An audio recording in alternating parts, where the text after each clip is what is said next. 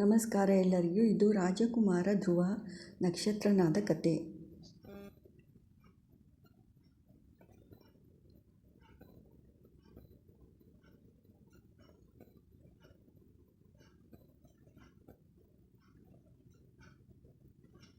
ಬಹಳ ಹಿಂದೆ ಉತ್ತಾನಪಾದ ಎಂಬ ರಾಜನಿದ್ದನು. ಅವನಿಗೆ 2 ಹೆಂಡತಿಯರು, ಸುನೀತಿ ಮತ್ತು ಸುರುಚಿ. ಅವನಿಗೆ ಸುರುಚಿಯಲ್ಲಿ ಹೆಚ್ಚು ಪ್ರೀತಿ. ಸುನೀತಿಯ ಮಗ ಧ್ರುವ. ಧ್ರುವನು ಉತ್ತಾನಪಾದನ ಮಗ ಮತ್ತು ಮನುವಿನ ಮೊಮ್ಮಗ. ಸುರುಚಿಯ ಮಗ ಉತ್ತಮ. ಒಂದು ದಿನ ಉತ್ತಮ ಕುಮಾರನನ್ನು ತಂದೆಯು ಪ್ರೀತಿಯಿಂದ ತೊಡೆಯ ಮೇಲೆ ಕೂರಿಸಿಕೊಂಡಿದ್ದನು. ಆಗ ಧ್ರುವಕುಮಾರ ಅಲ್ಲಿಗೆ ಬಂದನು. ಅವನಿಗೆ ತಾನೂ ತಂದೆಯ ತೊಡೆಯ ಮೇಲೆ ಕುಳಿತುಕೊಳ್ಳಬೇಕೆಂದು ಆಸೆಯಾಯಿತು. ಅವನು ಹಾಗೆ ಕುಳಿತುಕೊಳ್ಳಲು ಪ್ರಯತ್ನಿಸಿದ. ಆಗ ಅಲ್ಲಿಗೆ ಬಂದ ಸುರುಚಿಯು, ನಿನಗೆ ರಾಜನ ತೊಡೆಯ ಮೇಲೆ ಕುಳಿತುಕೊಳ್ಳುವ ಯೋಗ್ಯತೆ ಇಲ್ಲ ಎಂದು ಗದರಿಸಿ ಎಳೆದು ಹಾಕಿದಳು. ಅವನ ಮನಸ್ಸು ಚಿಕ್ಕದಾಯಿತು. ತಂದೆಯು ತನ್ನ ವಿಷಯದಲ್ಲಿ ಉದಾಸೀನವಾಗಿರುವುದನ್ನು ಕಂಡು ದುಃಖವಾಯಿತು. ಅಳುತ್ತಾ ತಾಯಿಯ ಬಳಿಗೆ ಹೋದ. ಏನು ನಡೆಯಿತೆಂದು ತಿಳಿದಾಗ ಅವಳು, ಮಗು, ಸುರುಚಿಯ ಮಾತು ನಿಜ. ನಿನ್ನ ತಂದೆಗೆ ನಾನು ಅವರ ಹೆಂಡತಿ ಎಂದು ಹೇಳಿಕೊಳ್ಳುವುದಕ್ಕೂ ಇಷ್ಟವಿಲ್ಲ. ನನ್ನ ಅದೃಷ್ಟ ಕೆಟ್ಟದ್ದು. ಭಗವಂತನನ್ನು ಭಕ್ತಿಯಿಂದ ಆರಾಧಿಸು. ಅವನ ಅನುಗ್ರಹದಿಂದ ನಿನ್ನ ಆಸೆ ಸಫಲವಾಗುವುದು ಎಂದಳು. ತಲ್ಲಣಗೊಂಡ ಮಗುವನ್ನು ಸುನೀತಿಯು ಸಮಾಧಾನಪಡಿಸಲು ಪ್ರಯತ್ನಿಸಿದಳು. ಆದರೆ ಧ್ರುವನು ದೇವರಿಂದಲೇ ತನ್ನ ನಿಧಿಯನ್ನು ಕೇಳಲು ದೃಢ ಸಂಕಲ್ಪ ಮಾಡಿದನು. ಅವನ ದೃಢ ಸಂಕಲ್ಪ ನೋಡಿ ಅವನ ತಾಯಿ ಅವನಿಗೆ ವಿದಾಯ ಹೇಳಿದಾಗ ಧ್ರುವನು ಕಾಡಿಗೆ ಒಬ್ಬಂಟಿಯಾಗಿ ಹೊರಟನು. ಧ್ರುವನು ದೇವರ ಧ್ಯಾನ ಮಾಡಲು ಮನೆಯನ್ನು ಬಿಟ್ಟು ಕಾಡಿಗೆ ಹೊರಟ. ದಾರಿಯಲ್ಲಿ ನಾರದರು ಅವನನ್ನು ಕಂಡರು. ಅವನ ಉದ್ದೇಶವನ್ನು ತಿಳಿದುಕೊಂಡು, ಮಗು, ಕಾಡಿನಲ್ಲಿ ಕ್ರೂರ ಮೃಗಗಳಿರುತ್ತವೆ. ಧ್ಯಾನದಿಂದ ಭಗವಂತನನ್ನು ಒಲಿಸಿಕೊಳ್ಳುವುದು ಬಹಳ ಕಷ್ಟ. ಮನೆಗೆ ಹಿಂತಿರುಗು ಎಂದು ಹೇಳಿದರು. ಧ್ರುವನು ಆ ಮಾತಿಗೆ ಒಪ್ಪದೆ, ಮಹಾತ್ಮರೇ, ನಾನು ಈಗ ಬಯಸುತ್ತಿರುವುದು ನನ್ನ ತಂದೆಯ ಸಿಂಹಾಸನವನ್ನಲ್ಲ, 3 ಲೋಕಗಳಲ್ಲಿಯೂ ಶ್ರೇಷ್ಠವಾದ ಪದವಿಯನ್ನು. ಅದನ್ನು ಭಗವಂತನಿಂದ ಬೇಡಿ ಪಡೆಯುತ್ತೇನೆ.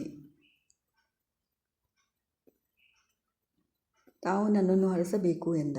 ನಾರದರು ಅವನ ದೃಢ ಮನಸ್ಸನ್ನು ಗುರಿಯನ್ನು ಮೆಚ್ಚಿದರು. ಅವನನ್ನು ಆಶೀರ್ವದಿಸಿದರು.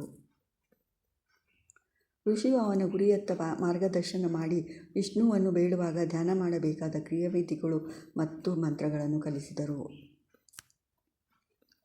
ಇದರಲ್ಲಿ ಓಂ ನಮೋ ಭಗವತೆ ವಾಸುದೇವಾಯ ಎಂಬ ಮಂತ್ರವೂ ಸೇರಿತ್ತು. ಧ್ರುವಕುಮಾರನು ಒಂದೇ ಮನಸ್ಸಿನಿಂದ ವಾಸುದೇವ ಮಂತ್ರ ಜಪಿಸುತ್ತಾ ದೇವರನ್ನು ಕುರಿತು ತಪಸ್ಸು ಮಾಡಿದ.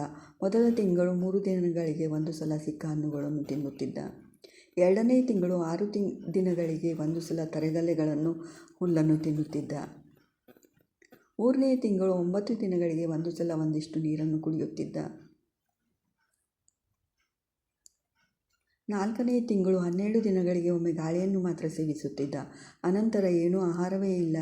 ದೃಢವಾದ ಭಕ್ತಿಯಿಂದ ತನ್ನ ಮನಸ್ಸನ್ನು ಪರಮಾತ್ಮನ ಪಾದಗಳಲ್ಲಿ ನಿಲ್ಲಿಸಿದ. ಕಡೆಗೆ ಅವನ ಪರಿಶುದ್ಧ ಭಕ್ತಿಯನ್ನು ಮೆಚ್ಚಿ ಭಗವಂತ ಪ್ರತ್ಯಕ್ಷನಾದ. ಧ್ರುವನಿಗೆ ರೋಮಾಂಚನವಾಯಿತು. ಭಗವಂತನ ದರ್ಶನದಿಂದ ಅವನ ಮನಸ್ಸಿನಲ್ಲಿ ದಿವ್ಯ ಜ್ಞಾನ ಬೆಳಗಿತು. ಅವನು ಭಗವಂತನ ಪಾದಗಳಿಗೆ ನಮಸ್ಕರಿಸಿ ಅವನನ್ನು ಸ್ತುತಿಸಿದನು. ಭಗವಂತ ತನ್ನ ಶಂಖದಿಂದ ಅವನ ಕೆನ್ನೆಯನ್ನು ಪ್ರೀತಿಯಿಂದ ಮುಟ್ಟಿದ. ನಂತರ ಅವನು ಭಗವಂತನ ಸ್ಪರ್ಶದಿಂದ ಶುದ್ಧೀಕರಿಸಲ್ಪಟ್ಟು ಪ್ರಬುದ್ಧನಾಗಿ ಭಗವಂತನ ಸ್ತುತಿಯನ್ನು ಹಾಡಿದನು. ಭಗವಂತನು, ನಿನ್ನ ತಂದೆಯ ರಾಜ್ಯವನ್ನು ಅವನ ನಂತರ ನೀನೇ ಆಳುವೆ. ಅನಂತರ ನಿನಗೆ ಸೂರ್ಯ, ಚಂದ್ರ, ಗ್ರಹ, ನಕ್ಷತ್ರಗಳಿಗಿಂತ ಉನ್ನತ ಸ್ಥಾನವನ್ನು ಕೊಡುತ್ತೇನೆ ಎಂದು ಹೇಳಿದನು. ಇತ್ತ ಧ್ರುವನು ಕಾಡಿಗೆ ಹೋದ ನಂತರ ಉತ್ತಾನಪಾದನಿಗೆ ತಾನು ನಡೆದುಕೊಂಡ ರೀತಿ ತಪ್ಪು ಎನಿಸಿತು. ಮಗನು ಕಾಡಿನಲ್ಲಿ ಎಷ್ಟು ಕಷ್ಟಪಡುತ್ತಿರುವನು ಎಂದು ದುಃಖವಾಯಿತು. ಧ್ರುವನು ತನ್ನ ರಾಜ್ಯಕ್ಕೆ ಹಿಂತಿರುಗಿದನು. ಅವನ ಕುಟುಂಬ ಅವನನ್ನು ಉತ್ಸಾಹದಿಂದ ಸ್ವಾಗತಿಸಿತು ಮತ್ತು ರಾಜ ಪದವಿಯನ್ನು 6ನೇ ವಯಸ್ಸಿಗೆ ಪಡೆದನು. ಅವನು ಅನೇಕ ದಶಕಗಳವರೆಗೆ ನ್ಯಾಯಸಮ್ಮತವಾಗಿ ರಾಜ್ಯವನ್ನು ಆಳಿದನು. ಧ್ರುವನು ಬಹುಕಾಲ ರಾಜ್ಯಭಾರ ಮಾಡಿ ಅನಂತರ ಆಶ್ರಮಕ್ಕೆ ಹೋಗಿ ಭಗವಂತನ ಧ್ಯಾನದಲ್ಲಿ ತನ್ಮಯನಾದನು. ಕೊನೆಗೆ ಅವನು ಈ ಪ್ರಪಂಚವನ್ನು ಬಿಟ್ಟಾಗ ಎಂದೂ ನಾಶವಾಗದ ಎಲೆಗ್ರಹಗಳಾಚೆ ಇದ್ದ ಲೋಕಕ್ಕೆ ಹೋದನು. ಅದನ್ನು ಧ್ರುವಲೋಕ ಎನ್ನುತ್ತಾರೆ. ಅವನು ಮತ್ತು ಅವನ ತಾಯಿ ಧ್ರುವಲೋಕ ಎಂಬ ಪ್ರದೇಶವನ್ನು ಪ್ರವೇಶಿಸಿದರು ಮತ್ತು ಧ್ರುವನು ಧ್ರುವ ತಾರ ಎಂದು ಈಗಲೂ ಸಂತೋಷದಿಂದ ಅಲ್ಲಿ ವಾಸಿಸುತ್ತಿದ್ದಾನೆ. ಈ ರೀತಿಯಾಗಿ ಧ್ರುವನು ತನ್ನ ಅಚಲವಾದ ಭಕ್ತಿ ಮತ್ತು ನಿರ್ಧಾರದಿಂದ ಭಗವಂತನನ್ನು ಕಂಡುಕೊಂಡು ಎಲ್ಲರ ಮನಸ್ಸಿನಲ್ಲಿ ಇರುವಂಥವನಾಗಿದ್ದಾನೆ. ನನ್ನ ಚಾನಲನ್ನು ಸಬ್ಸ್ಕ್ರೈಬ್ ಮಾಡಿ, ಲೈಕ್ ಮಾಡಿ. ಧನ್ಯವಾದಗಳು.